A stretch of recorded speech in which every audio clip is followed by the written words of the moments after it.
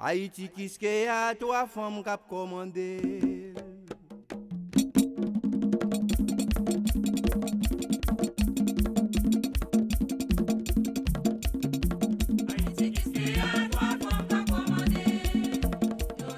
Haiti is a small country, but you have a handful family who owns everything.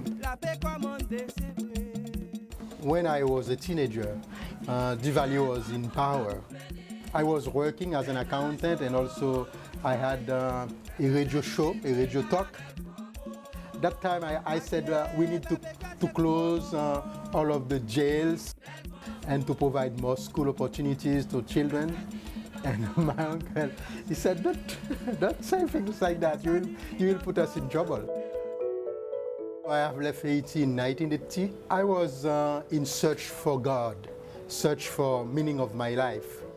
Everything Father Joseph saw in the world, he wanted to figure out what he could do to apply that to Haiti. When I came back, I was like a stranger.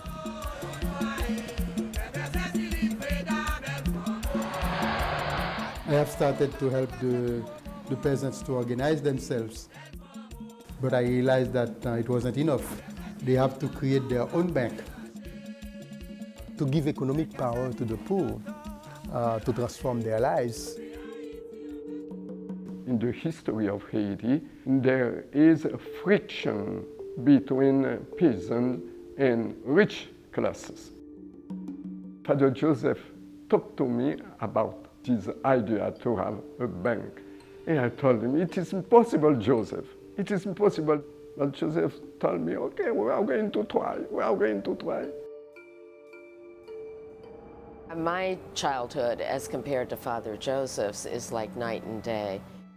I grew up in a pretty privileged home in Virginia, and I had been a management consultant in Washington, D.C. So at this point in my life, I was just trying to find something meaningful.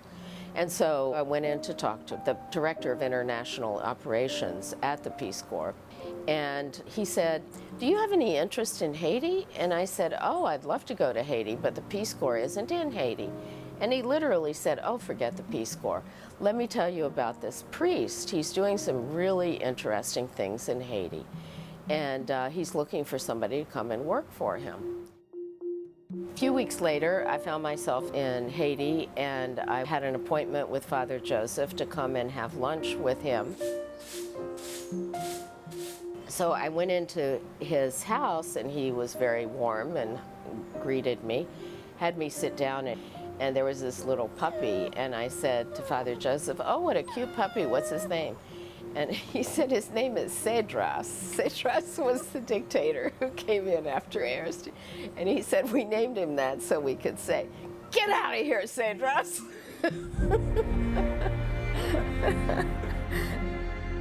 I said, well, you know, it would really help me if you could tell me a little bit about what your vision is. What is it you're trying to accomplish? And in the next 20 minutes, I was totally convinced that this man had a clearer, more articulate, more credible vision than all my clients in Washington, D.C. put together. I'm feeling like I have never wanted to do something as much as I want to do this. But he said, oh, I forgot to tell you something. And I said, yeah, what's that? I forgot to tell you that I don't have any way to pay for your room and board. And I said, you mean I'm going to have to pay to come and help you? And he put his hand on my arm, and he looked at me deep in my eyes, and he goes, I think you'll find a way. We didn't talk about salary. We didn't talk about, living conditions, Just we talk about the work. It was amazing. That's why a lot of people can say that I'm crazy. In the beginning, we headed out in his pickup truck with no air conditioning, and we would go for 12 hours to get to a particular community. And we would be in such rural areas that I would say, Father Joseph, there are no people out here. How are we going to establish a bank when there's not even any people out here? He said, don't worry, they'll be here. And before you know it, we would have 200 people coming from 4 or 5 hours away walking barefoot to come and hear this person speak to them about building a bank for the poor. Sac pour c'est pour protéger. Alors mes amis, boucan carré, faut causer non men.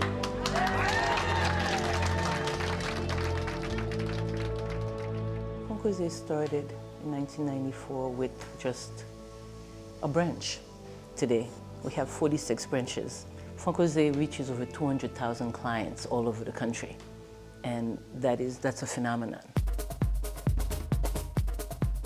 You can actually climb a mountain to find a bank of PartONE.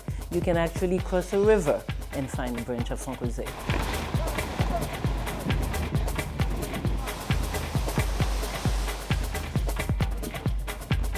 When you are working for the poor, especially in Haiti, women is the poorest of the poor in Haiti.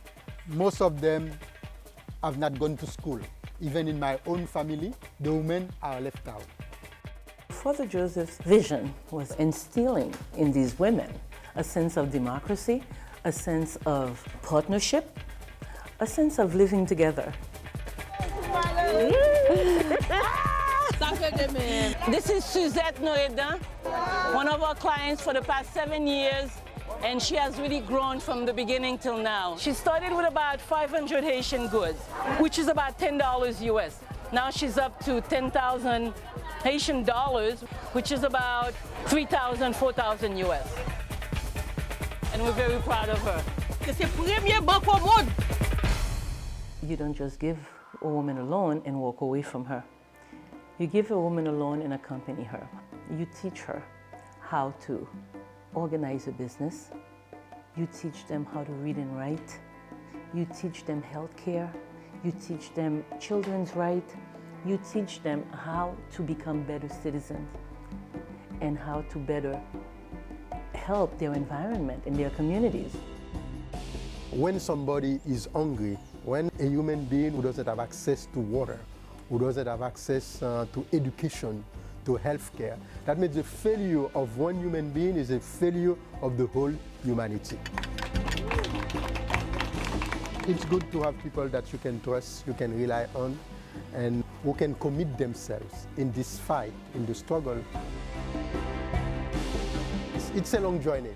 It's a long journey, especially to get the people to be confident in themselves, to help them to get back their human dignity, to trust themselves, you know, to help them to realize that things can happen if they want to make it happen.